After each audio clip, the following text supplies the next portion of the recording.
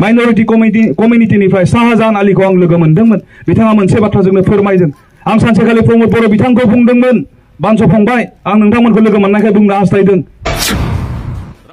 हारिमु फंबाय नोंथांमोनखौ लोगो मोननायखाय आं बुंनो हास्थायदों आं सानसेखालि प्रमद बर'खौ सोंदोंमोन जे बिटिआरनि एमअएसआव सागान होनाय रन्जन दैमारि बिथाङा दिनैसिमबो जेलाव दङ नोंथाङा मा सानदों होननानै बिथांखौ कुइसन खालामदोंमोन बे शाहजाहान आलीया इउपिपिएलनि केन्डिडेट मथंगुरि समस्तिनिफ्राय अब्ला प्रमद बर'आ बुंबायनो सिदा सिदा नोंथाङा सासे जेननाय व्यक्ति नों सिरि था जेलाव जायफोरा दङ बिसोर जेलावनो थाथों आरो जेलावनो सेवथों होननानै बिथांनो फिननाय होदों आङो गामिनि गावबुरा जानो थाखायबो सोमावसाराखै आंनिबो सोमावसारनाया आलादा रायजोनिमोन बै समाव बुंदोंमोन मोनबायना दिनै बर'फ्रा आलादा रायजो जोंथ' मोनाखै जोंबो सानदों जोंबो नायदों रायजोआ लुबैदों एनडिपिआ गुलि अरनानै सत बांसा लानाय मोनसे संगठन जोंनि सोद्रोमाफोरा थैगोन होननानै मोनथिनानैबो जों बेयाव खामानि मावदों जोङो सिजफायाराव जेब्ला फैबाय उदां मोनसे हादरनि थाखाय जोङो स्टेप डाउन जानो गोनां जाबाय आरो जों मानो गाहायाव फैबावनो जों फैया रायजोआनो जिहेतु आलादा रायजोखौ नागिरदोंबा रायजोआनो मेङाखैब्ला जों मानो मेंनो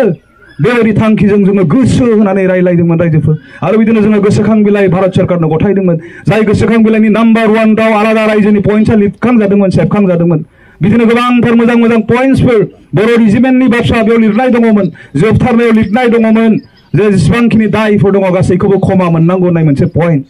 आरो बेखौ जों जेब्ला गोसोखां बिलाइखौ गथायदोंमोन सोरखारनि व्यक्तिनो बै व्यक्तिया बुंदोंमोन जों जेब्ला सोंदोंमोन क्षमा मोननायनि बेलायाव बिथाङा स्पष्ट मोनसे बाथ्रा बुंदों दिनै आदा फुंखा दांदों बोराबलायबाय नांज्लायबाय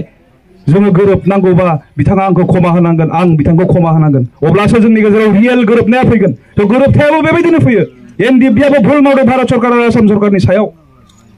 एनडिपिआ भारत सरकार आरो आसाम सरकारा एनडिपिनि क्षमाखौ क्षमा होनांगोन भारत सरकार आरो आसाम सरकाराबो बर' जाथि बा एनडिपिनि सायाव गोरोन्थि मावदों भुल मावदों बेखौ एनडिपि आरो बर' जाथिया क्षमा होनांगोन अब्ला गोरोबलायनाया फैगोन अब्ला गोरोबथाया जागोन होननानै जोंनो एग्जाम्पल होदोंमोन नाथाय दिनै जोङो गोरोबथानि उनाव क्षमा मोनाखै बेवहायनो जों बुंदों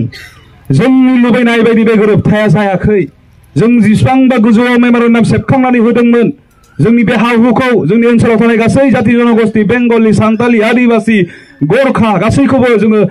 रैखाथि होनानै दैदेनलांनो थाखाय जोङो गोसोखां बिलाइ होदोंमोन नाथाय बे गोसोखां बिलाइया थेर बेथेर जादों सोरनि थाखाय जाय व्यक्तिया बै समाव आलादा रायजोनि सिमां नुहोनानै नोंथांमोननिफ्राय थाखा रांखावरि नोंथांमोनखौ मुभमेन्टआव बाहागो लाहोदोंमोन प्रमद बर' बिनि थाखायनो दिनै थेर बेथेर जादों होननानै जों बुंनो हादों समनि बारनायजों लोगोसे पृथ्वीयाव खुनु बेबायदि एग्जाम्पल गैया सागान होनायनि उनाव सिगनेचार खालामनायनि उनाव बबेबा सुक्तिकारिया जोबथेसालियाव थानांनाय गैया बेबायदि एग्जाम्पल खालामनोनो मोना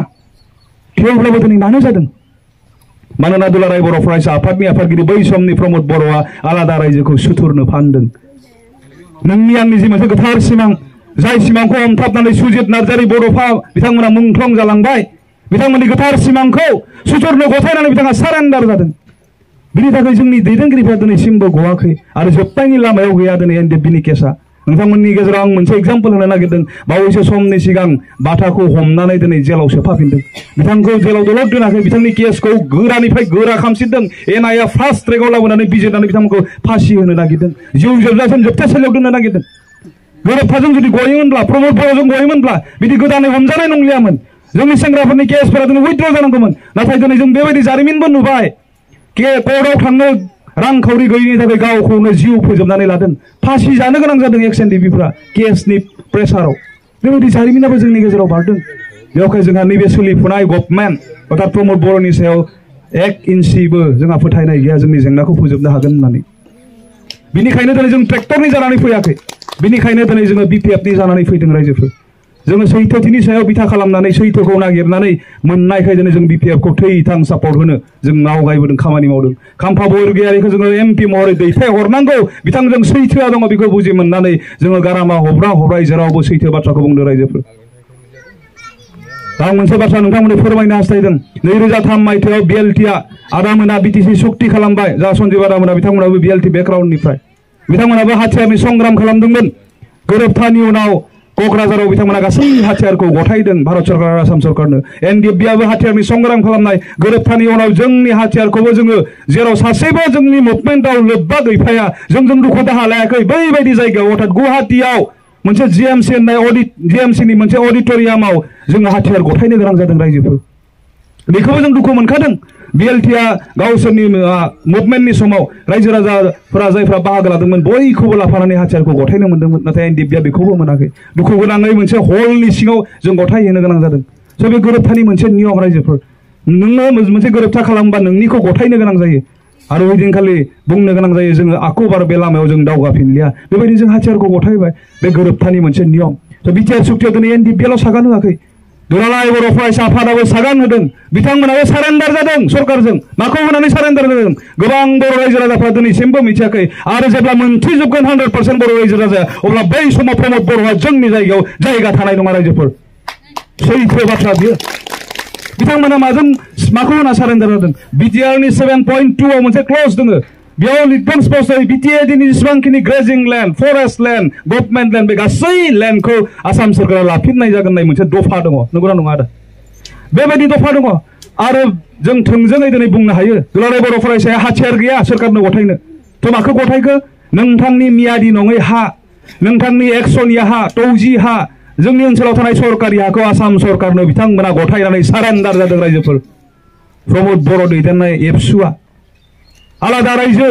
बर'लेण्डखौ नांलिया होननानै फाइनेल एन्ड कमप्रेहेनसिभ होननानै बिथांमोना फुल स्टप होनानै सारेन्डार जादों सोरखारजों रायजोफोर दिनै फोरमान आं होगोन जोंनि हाखौ दिनै गथायखांनायनि उनाव सरकारा मियादि नङै हानि अनगायै खाजोना लालिया मानो लाला नोंथाङा जुदि एक्सनिया हा दङमोनब्ला नोंथाङा बेयाव जुदि गय गायनानै दोनदोंमोनब्ला नोंथाङा जुदि तौजी हा दङमोनब्ला बे हायाव नोंथाङा जुदि माइ गायनानै जादोंमोनब्ला नोंथाङा थां आं बुंनाया सैथो ना मिसा मजादारनियाव थां खाजोना होनो लागोन नामा नोंनि मियादि नङै हानि खाजोनाखौ दिनै सरकारा लालिया मानो लाला बेखौ प्रमदआ सरकारनो गथायखाबाय बेखौ होनानैनो बिथाङा सारेन्डार जादों एकमात्र बिटिसिनि चिफ जानो थाखाय मोनफ्रोमबोनि सिमांखौ थेर बेथेर खालामनो थाखाय नोंनावथ' सोङाखै जोंनावथ' सोङाखै बियो जोंनि हाखौ आसाम सरकार आरो भारत सरकारनो गथायदों गिलु बालु आं दहायबो बुंदों सैथोआ जेदों दोङो मबजों थाङोब्ला जाथिखौ गाबथानो हागोन बेखौ नोजोर होनानै एक्स एनडिएफबिआ दिनै दावगादों राजनितिकआव हारिखौ फोथांनो थाखाय जोङो राजनितिकआव ओंखारनो गोनां बायद' जादों रायजोफोर 15 इयार्स बिपिएफनि जि सासन हाग्रामा महिलानि दैदेननाय बेयाव जोंनि बर' फिसाया रावबो गावनि जायगायाव जिसिबिजों न' सिफाय जायाखैमोन सिफाय जादों मोजां रायजोफोर सिफाय जायाखैमोन मानो सिफाय जायाखैमोन जों एनडिएफबि आरो एक्स बिएलटिआ हा होग्रा जोङो हा सिख'ग्रा नङा एग्जाम्पल दङ उदालगुरि जोबनायनिफ्राय गहपुरसिम लाख बिगा हा बर' रायजोनो हगारनानै होदों बाक्साफोराव गोबांथार बिजाबफोर आदामोनानो हगारनानै होबोदों जों हा सोरजिनानै होदों रायजोफोर दिनै बर' हारिया बे हायाव हानि थागिबि जोंनि आबै आबौआनो बे हायाव जिब जुनारजों दंफां लाइफां दाननानै मानसि थाजानाय खालामदों सोदोमस्रि सोरजिहोदों जोंनि हारियानो दिनै जों हानि फिसा जानानै बे हानि थागिबि जानानै जोङो गावनि हायावनो दिनै आलाय सिलायै न' बां सिफायनानै होखारजादों बेसे दुखुनांथावना बियो मानि थाखाय जादों राजखान्थिनि थाखाय जादों माबायदि राजखान्थिनि थाखाय गोहो गैयै सासे गोहो गोलोमदां बर' बिमाखौ अननाय गैयै सासे बेक्तिया जोंनि सासन बेबस्थायाव जिरायना थानायनि थाखाय जादों नोंथांमोननि बे समाजनि फेरेंगा बिथाङा दिनै फरेस्ट इएम जानायनि थाखाय बर' बिमाया दिनै हालाय सिलाय गावनि हायावनो जानो गोनां जादों रायजोफोर मिसा बुंनाय बाथ्रा नङा बियो दिनै नोंथांमोननि सेर सेर दिनै होखारदों मानो होखारदों आं दहाय बुंनाय बायदिनो दिनै नोंथांमोननि बे ओनसोलाव फैदोंना फैयाखै मिथिया गोबां जोंनि जायगाफोराव ड्रन बिरदों केमेरा गोनां मोनसे हेलिकप्टार बायदि जिनिस बिरदों नोंथांमोननि जायगायाव बिरदोंना बिराखै मिथिया किन्तु बिरदों गोबां जायगायाव बे बिरनायनि गेजेरजों आसाम सरकारा स्टाडि खालामदों बबे बबे हाया दिनै फरेस्ट लेन्ड बबे बबे हाया दिनै मियादि गैया बेखौ दिनै हिसाब खालामगासिनो दङ आरो जोंनि माने थुलमुलै मोनथिनाय बायदिबा जोंनि बे बिटिएडिआव 4 लाख बेसेबांबा बिगा हाखौ दिनै सरकारा रिपर्ट मोननानै दङ बे हाया दिनै बिगोमा गैया होननानै नाथाय बे हाया बिगोमा दङ नोंथाङा बेयाव गय गायनानै जादों नोंथाङा बेयाव माइ खेथि खालामनानै नोंनि न'खरखौ फोथांदों नोंनि न'खरखौ सालायदों दिनै बे हाखौ सरकारा लानो नागिरदों मानो लानो नागिरदों का होननाय जे मोनसे आयेन भारताव फैदों जाय आयेना बिराद गिलु बालु आरो बे आयेनखौ आसामनि गिबि मन्थ्रि डक्टर हेमन्त बिश्व शर्मा बिथाङा बुंदों भारताव गोबांथार आलादा रायजो दङ गुबुन रायजोआ मानि दामानि आंनि आसामाव आं गिबिसिन बे आयेनखौ मावफुंगोन होननानै बिथाङा बुंदों आरो बे आयेनाव मा दङ बे कानि गेजेरजों बुहुमाव थानाय गुबुन गुबुन हादराव थानाय बांलादेशआव थानाय पाकिस्तानाव थानाय आफगानिस्तानाव थानाय म्यानमाराव थानाय हिन्दु फोथायारिफोरखौ लाबोनानै जोंनि जायगायाव दोननो नागिरनाय बे आयेना काया दा बे आयेनखौ मावफुंगोन होननानै जुदि आसाम सरकारा बुंबायब्ला दिनै लाबोयोब्ला बहा दोनगोन? गुवाहाटीयाव जायगा गैया, मंगलदैयाव जायगा गैया, बरपेटा र'डआव जायगा गैया, दिसपुराव जायगा गैया। नोंथांनि आरो आंनि बे हायावनो लाबोनानै दोनफैगोन रायजोफोर। अब्ला जोंनि हाया दिनै राजखान्थिजों रैखाथि गैया जादों, नंगौना नङा? जोंनि दिनै बाथौ थानसालिया गावनि जायगायावनो सिफाय जादों, ब्रह्म मन्दिरा सिफाय जादों, गिर्जाया दिनै सिफाय जादों। मानि थाखाय जादों? राजखान्थिनि थाखाय जादों। जोंनि जायगायावनो दिनै आलाय सिलाय जादों रायजोफोर। आरो बेखौ नुनानै नोजोर बोनानै एनडिएफबिआ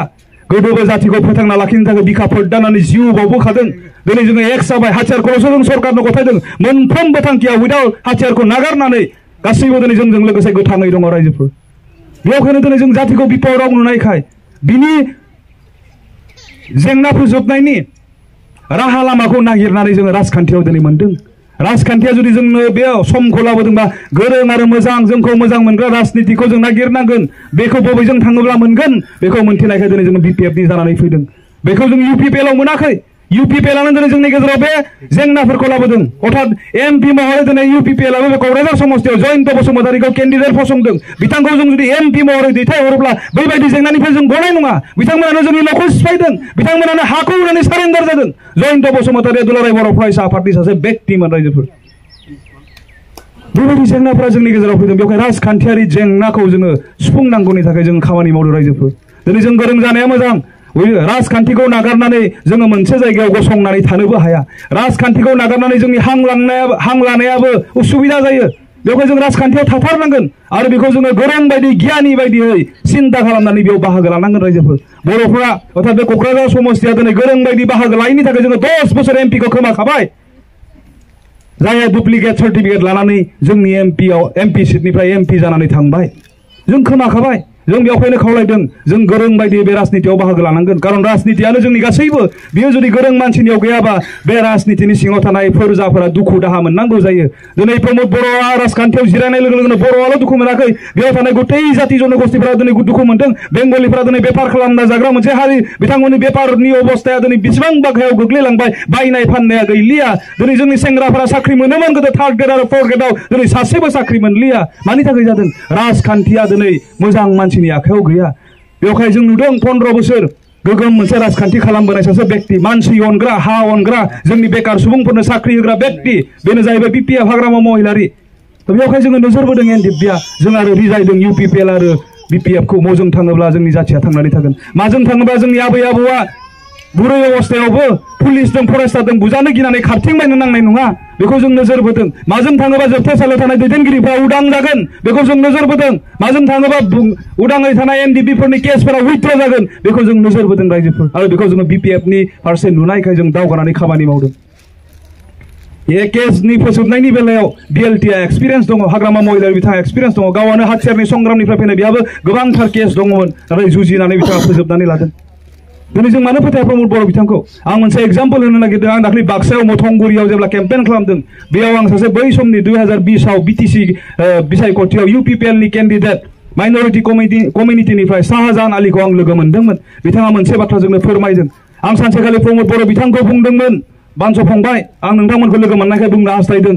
हारिमु फंबाय, नोंथांमोनखौ लोगो मोननायखाय आं बुंनो हास्थायदों। आं सानसेखालि प्रमद बर'खौ सोंदोंमोन जे बिटिआरनि एमअएसआव सागान होनाय रन्जन दैमारि, बिथाङा दिनैसिमबो जेलाव दङ, नोंथाङा मा सानदों होननानै बिथांखौ कुइसन खालामदोंमोन बे शाहजाहान आलीया, इउपिपिएलनि केन्डिडेट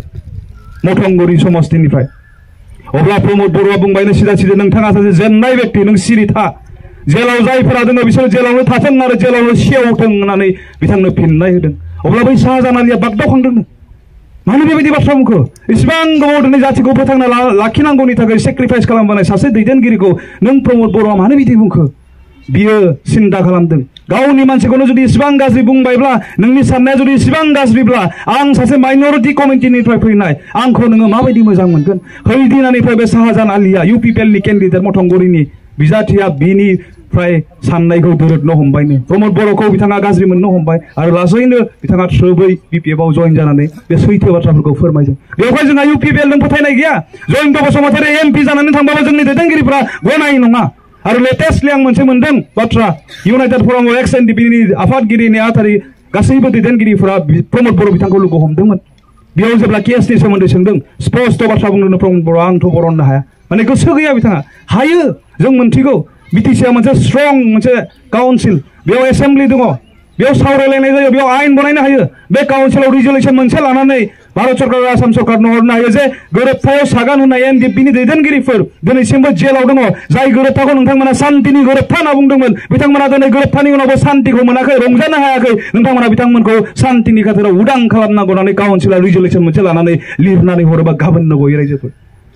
बेखौ खालामाखै बिथांमोना गोसो गैया बेखायनो जों बुंदों बिथांमोना बरननो दिहुननो गोसो गैया उदां खालामनो गोसो गैया दिनै रन्जन दैमारि सारखौ बयबो लुबैदों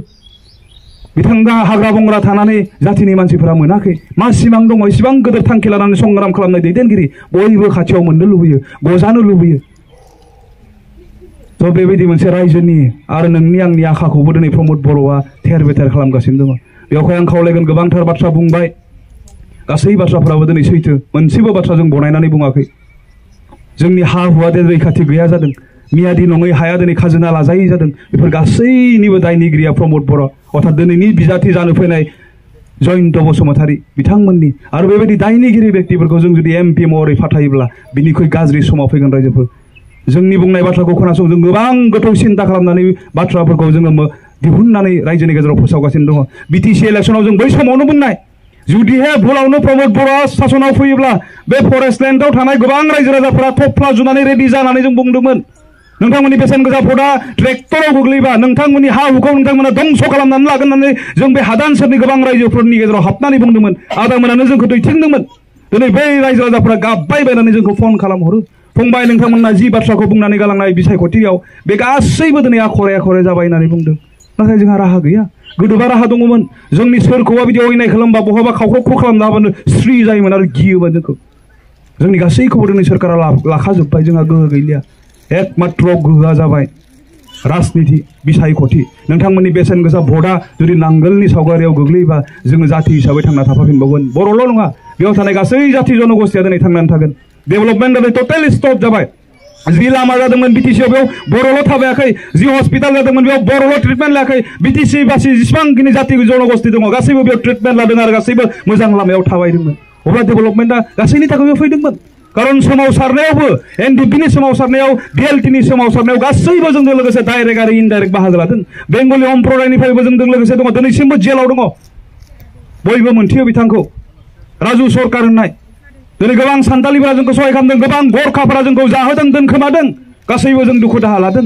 बिदिनो जोङो जोंनि गोरोबथाजों मोननाय जि जौगानाय बेखौ गासैबो इन्जय खालामनो मोन्दोंमोन नाथाय दुखु गोनां बाथ्रा बे मोनसे दुखु दाहा लानाय खस्थ' लानायखौबो दिनै प्रमद बर'आ थेर बेथेर खालामदों बेवहाय गोबां बिदि जेंनाफोर दङ रायजोफोर बे जेंनाफोरखौ सुस्रांनांगौनि थाखाय फैबाय थानाय जि बिसायख'थि बे बिसायख'थियाव नोंथांमोननि सावगारिया नांगोलनि सावगारियाव नोंथांमोननि भटआ नांगोलनि सावगारियाव गोग्लैनानै खाम्फा बरगयारि बिथांखौ नोंथांमोना दिल्लीयाव एमपि महरै फाथायहरगोन होननानै फोथायनानै आंनि बे सुंद' बिबुंथिखौ आं बेखिनियावनो फोजोबनाय जाबाय गोजोन्थों।